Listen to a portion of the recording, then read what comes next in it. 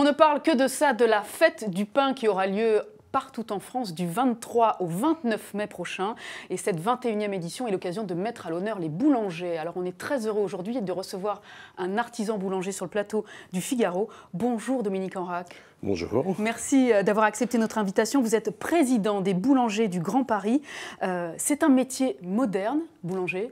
Alors, c'est à la fois un métier moderne et de plein de traditions.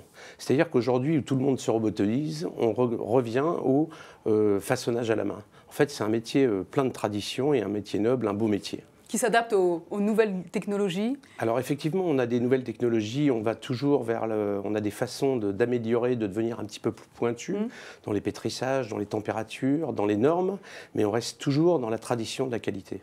Alors on le voit, les Français mangent de moins en moins de pain, ce sont les études qui le disent depuis de nombreuses années déjà, et pourtant la boulangerie ne connaît pas la crise. Comment elle s'adapte, la profession, aux nouveaux modes de consommation des Français? Alors, déjà, la priorité, je reviens encore sur la qualité, on a eu des passages un petit peu compliqués de pain dans les années 70, qui étaient du pain de fait rapidement, etc. Aujourd'hui, on est revenu, voilà, la baguette, le pain blanc, la farine de fèves, etc., les fours rotatifs. Et aujourd'hui, on est vraiment revenu sur une baguette de tradition. On a eu un décret en 93 qui a vraiment remarqué le renouveau de cette baguette de tradition. Et effectivement, alors il y a une baisse, mais qui se stabilise un petit peu au niveau du pain. On est à une demi-baguette de pain par personne et par jour, donc on aimerait avoir une baguette complète, mais c'est vrai qu'il y a eu un changement dans les habitudes des Français par rapport à il y a une centaine d'années où c'était l'aliment unique. Aujourd'hui, c'est un aliment, pas de luxe, mais un aliment de qualité qui accompagne tous les mets. Et qui se renouvelle aussi sur la créativité. On voit beaucoup maintenant de nouveaux pains, de nouvelles variétés de pains, avec à la fois des mets qui sont parfois des produits qui sont à la fois prestigieux presque, avec des produits de qualité et très novateurs. Je pense à un pain aux algues qui est fabriqué, je crois, en Bretagne par un artisan boulanger. Voilà, tout à fait. Ce qui arrive maintenant, c'est qu'au niveau de la technologie, les gens étudient, évoluent, donc ils vont plus vers la gastronomie, puisqu'on fait partie aussi de cette gastronomie qui est déposée. Donc les gens s'adaptent de mettre des mets un petit peu plus en valeur. Comme c'est plus l'aliment de base, c'est devenu un aliment qui accompagne d'une manière harmonieuse tous les mets. Donc il y a beaucoup aussi de techniciens qui sont très inventifs, des artisans qui sont très créatifs. Donc on arrive avec des pains de qualité, toujours sur des bases de farine de tradition. C'est aussi parce que la clientèle est devenue très exigeante que vous êtes obligé d'aller sur des niches ou des produits à ce point élaborés? Alors effectivement, les clients ont été déterminés il n'y a pas longtemps sur une étude par le Nomade, le Passionné. Donc les gens sont très informés maintenant, grâce à Internet, grâce à tout ce qu'on peut trouver. Les gens s'intéressent beaucoup et ça, on est très en fait, content d'avoir des gens qui sont passionnés parce qu'ils suivent. Et vous savez, je crois que ça reste quand même le commerce préféré des Français. Oui, tout à fait. Et donc, on y entre avec plaisir pour trouver des produits qui font du bien. Donc si les gens entrent, ils sont très contents de venir discuter avec nous. Et même quelquefois, quand ça ne va pas, la qualité n'est pas suivie parce que vous avez un problème, ils sont intervenants, ils arrivent à râler et ça, quelque part, ça prouve qu'ils s'intéressent beaucoup aux produits. Alors on parlait de créativité, d'exigence de la clientèle. Est-ce que ça veut dire qu'aujourd'hui, vous pourriez dire que le pain est meilleur qu'il l'était il y a 100 ans ou il y a même 50 ans? Alors je crois que les années ont vraiment différé. C'est-à-dire que dans le temps, c'était plus des miches un peu comme ça, mais bien plus grosses. Des pains qui se conservaient longtemps, donc qui étaient cuits en masse. Donc un pain d'il y a 100 ans, on aurait beaucoup de mal à le considérer par rapport à une baguette maintenant. Ce qui se passe aujourd'hui, 34 000 boulangeries en France, il y en a un peu partout. Les gens viennent chercher quelquefois une demi-baguette le matin, une demi-baguette le soir. Donc la baguette, qui est de tradition, se conserve bien, mais c'est quand même une baguette du jour. Donc les gens sont exigeants pour une petite quantité de qualité, et puis un pain qui est, bon, quelquefois, pas fait pour se garder, une baguette. Alors Dominique Enrac, je le disais, vous êtes artisan boulanger, vous êtes à la tête d'une boulangerie dans le 16e arrondissement, pour ne pas la citer, c'est la Pompadour.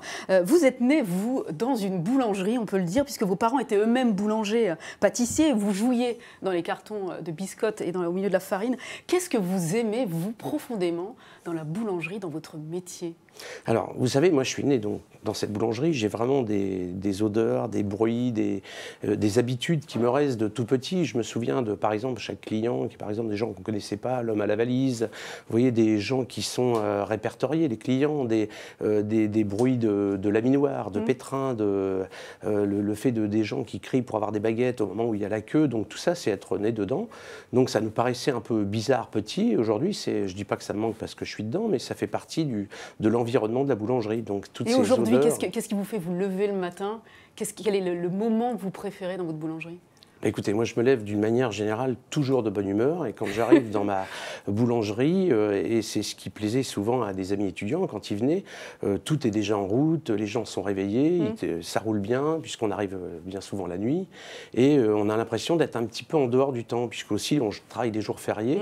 Donc moi je trouve ça génial. Il y a quand même toujours d'une manière générale chez un artisan une bonne ambiance parce que les gens, tout le monde travaille, que ce soit le patron ou les employés, on travaille tous ensemble, on est tous dans le même bain pour emmener l'entreprise. Alors pourtant, je parlais de vos parents, mais pourtant ils avaient tenté, je crois, de vous décourager un peu de faire ce métier par rapport au fait que c'est un métier difficile. Est-ce que vous diriez qu'aujourd'hui, être boulanger en 2016, c'est aussi dur que ça l'était avant? Alors, je dirais que la vision de la boulangerie a changé. C'est vrai qu'à l'époque, les métiers manuels, on les faisait parce que voilà, les mauvais élèves partaient directement chez les métiers manuels, voire même c'était une punition. Si tu ne travailles pas bien, tu seras boulanger.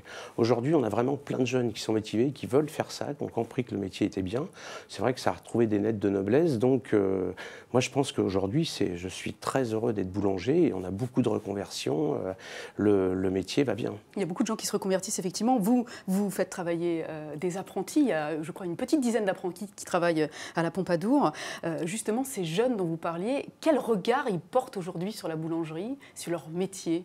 Alors, écoutez, aujourd'hui, moi, j'ai des apprentis, on en a beaucoup, puisque là, les écoles sont pleines. Il y a eu une belle communication sur le pain, donc tout est revenu. Les écoles sont pleines, les jeunes sont motivés. Moi, quand je les vois arriver, alors on leur fait souvent une petite journée d'essai pour être sûr, on ne regarde pas ce qu'ils savent faire, mais ils ont les yeux ébahis, ils sont très heureux.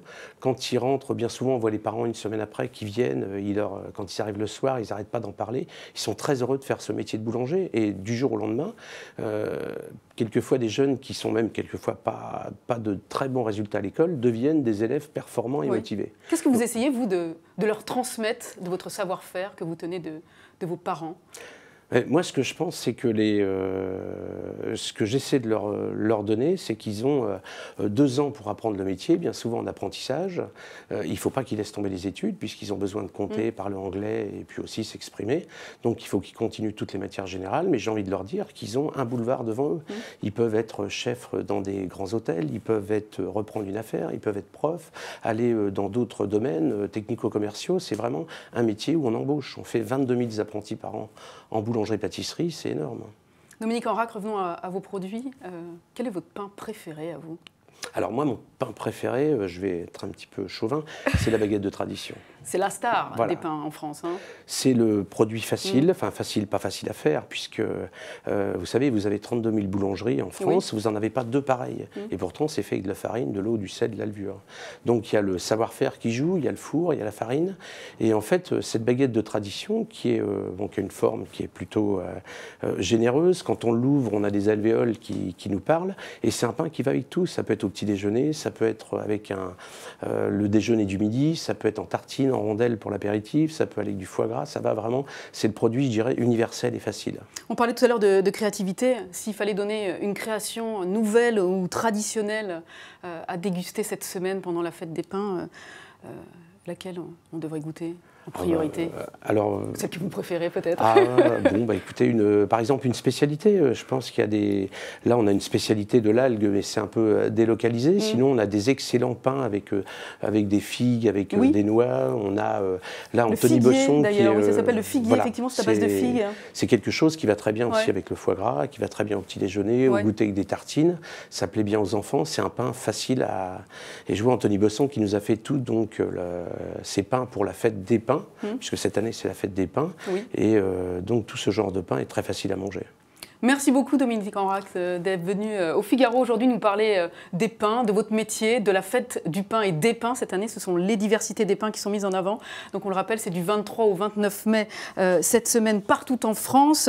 Pour plus d'infos, il faut se rendre sur fêtedupain.com. Puis on rappelle aussi que sur le parvis de Notre-Dame à Paris, il y a la plus grande boulangerie éphémère du monde, où se déroulera d'ailleurs les concours nationaux et régionaux de la meilleure baguette et puis du meilleur croissant. Du meilleur croissant également. C'est ça. Merci beaucoup. Merci.